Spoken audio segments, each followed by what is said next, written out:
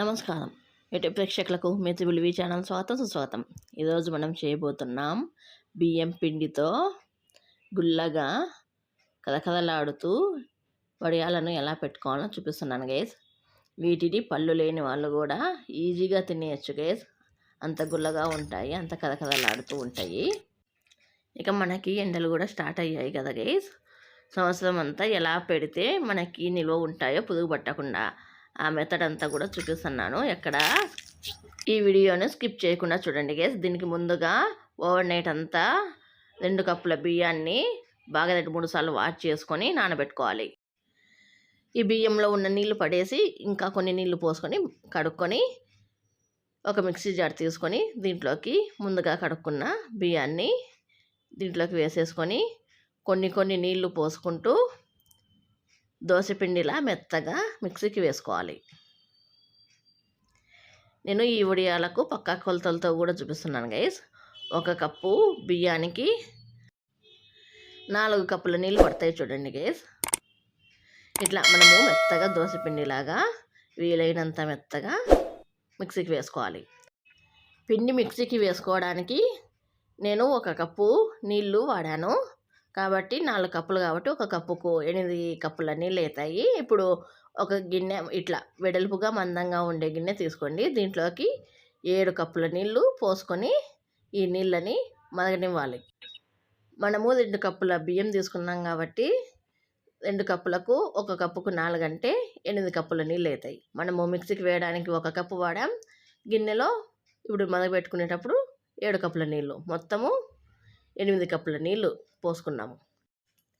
ఒక mixie jar తీసుకొని దాంట్లోకి ఒక 4-5 పచ్చిమిరపకాయలు, కొంచెం కొత్తిమీర తీసుకొని మిక్సీకి పేస్ట్ లాగా వేసుకొని పక్కన పెట్టేసుకోవాలి. ఇప్పుడు ఈ మరుగుతున్న నీటిలోకి 1 టేబుల్ స్పూన్ జీలకర్ర, అలాగే మనం ముందుగా మిక్సీకి వేసి పెట్టుకున్న పచ్చిమిర్చి పేస్ట్ వేసుకోవాలి.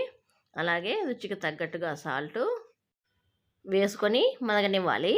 ఇది మరిగిన తర్వాత ఇప్పుడు లో ఫ్లేమ్లోకి స్టవ్ పెట్టేసుకొని మనం ముందుగా మిక్సీకి వేసుకున్న బియ్యం పిండి మిశ్రమాన్ని వేసుకొని వెనకమ్మడే కలపాలి, లేదంటే ఉండలు కట్టేస్తుంది. ఇలా బియ్యం పిండిని కూడా వేసేసుకొని మనము ఇప్పుడంతా లో ఫ్లేమ్లో ఒక 5 నిమిషాల వరకు బాగా ఉడకనివ్వాలి. మనకు గట్టిగా అయిపోతుంది. ఇలా మనకు అంతా దగ్గరికి కావాలి. ఈ కన్సిస్టెన్సీలోకి వచ్చిన తర్వాత మనము స్టవ్ ఆఫ్ చేసుకొని ఇప్పుడు నేను 3 కలర్స్గా పెట్టుకోవాలనుకుంటున్నాను కాబట్టి నేను గ్రీను, పింకు, వైటు, ఇంకా వైట్కు మనమేం కలుపుకునే పని లేదు. పింకుకు, గ్రీన్కి ఫుడ్ కలర్ వేసుకొని కలుపుకుంటున్నాము.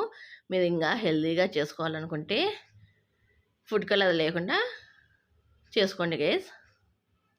ఇప్పుడు ఒక గ్లాస్ తీసుకొని ఈ గ్లాస్లోకి నా దగ్గర పైపింగ్ బ్యాగ్ వండుకొని నేను ఇట్లా పైపింగ్ బ్యాగ్తో వేసుకుంటున్నాను.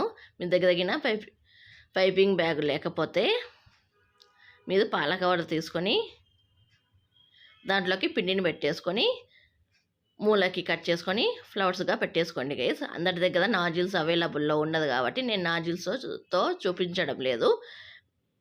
మీ దగ్గర నాజిల్స్ ఉంటే మంచి షేప్ వస్తాయి గైస్. వడియాలకి నాజిల్స్ వేసుకొని పెట్టేసుకోండి గైస్. నేను నార్మల్గానే చిన్న ఫ్లవర్స్గా పెట్టేసుకుంటున్నాను. ఫస్ట్ గ్రీన్ పెట్టేసుకున్నాను, మళ్ళీ పింక్ పెట్టేసుకుంటున్నాను, మళ్ళీ వైట్ లాస్ట్లో. ఇలా ప్లాస్టిక్ కవర్ లేదా కాటన్ పంచెలు ఉంటే కాటన్ క్లాత్ పైన కూడా ఇట్లా వడియాలుగా పెట్టేసుకోవచ్చు.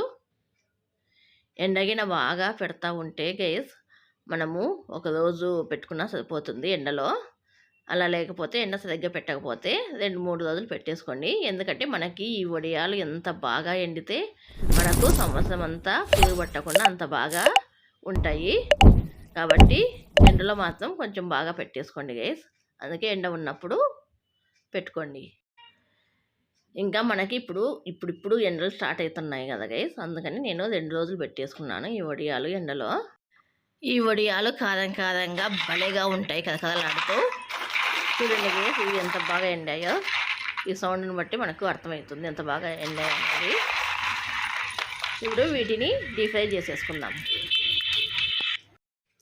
ఒక ప్యాన్లోకి డీప్ ఫ్రైకి తగ్గ ఆయిల్ వేసేసుకొని, ఆయిల్ మరీ కాగబెట్టొద్దు, ఎందుకంటే మనకు వెనకంబడి ఇవి ఎర్రగైపోతాయి. కాబట్టి మీడియం హీట్ అయిన తర్వాత ఆయిల్‌లో వేసుకొని ఇలా మొత్తం తిప్పుకుంటూ బాగా వేపుకోవాలి వీటిని. అలాగనేసి ఆయిల్ కాకముందే వేస్తే గిన ఇవి వేగవు, ప్లస్ ఎక్కువ ఆయిల్ పీలుస్తాయి. ఇలా అన్నీ వేగిన తర్వాత ఒక ప్లేట్లోకి సర్వ్ చేసుకుంటే మన ఎంతో రుచికరమైన కలర్ఫుల్ బియ్యం పిండి వడియాలు రెడీ గైస్. చూడండి గైస్, ఇవి చాలా క్రంచీగా కూడా ఉంటాయి గైస్. చాలా గుల్లగా ఉంటాయి, క్రంచీగా ఉంటాయి. పళ్ళు లేని వాళ్ళు కూడా వీటిని ఎంతో సులభంగా తిన్నీకి వస్తాయి గైస్. ఈ వడియాలు పప్పన్నంలోకి, సాంబార్ అన్నంలోకి చాలా బాగుంటాయి గైస్. ఈ వీడియో కనుక మీకు నచ్చితే మీ ఫ్రెండ్స్ అండ్ ఫ్యామిలీ మెంబర్స్కి షేర్ చేయండి గైస్. ఈ వీడియో కనుక మీకు నచ్చినట్లయితే please like, share, subscribe, comment and గంట అలా పెట్టుకోండి గైస్. ఈ వీడియో కింద గైస్. బాయ్.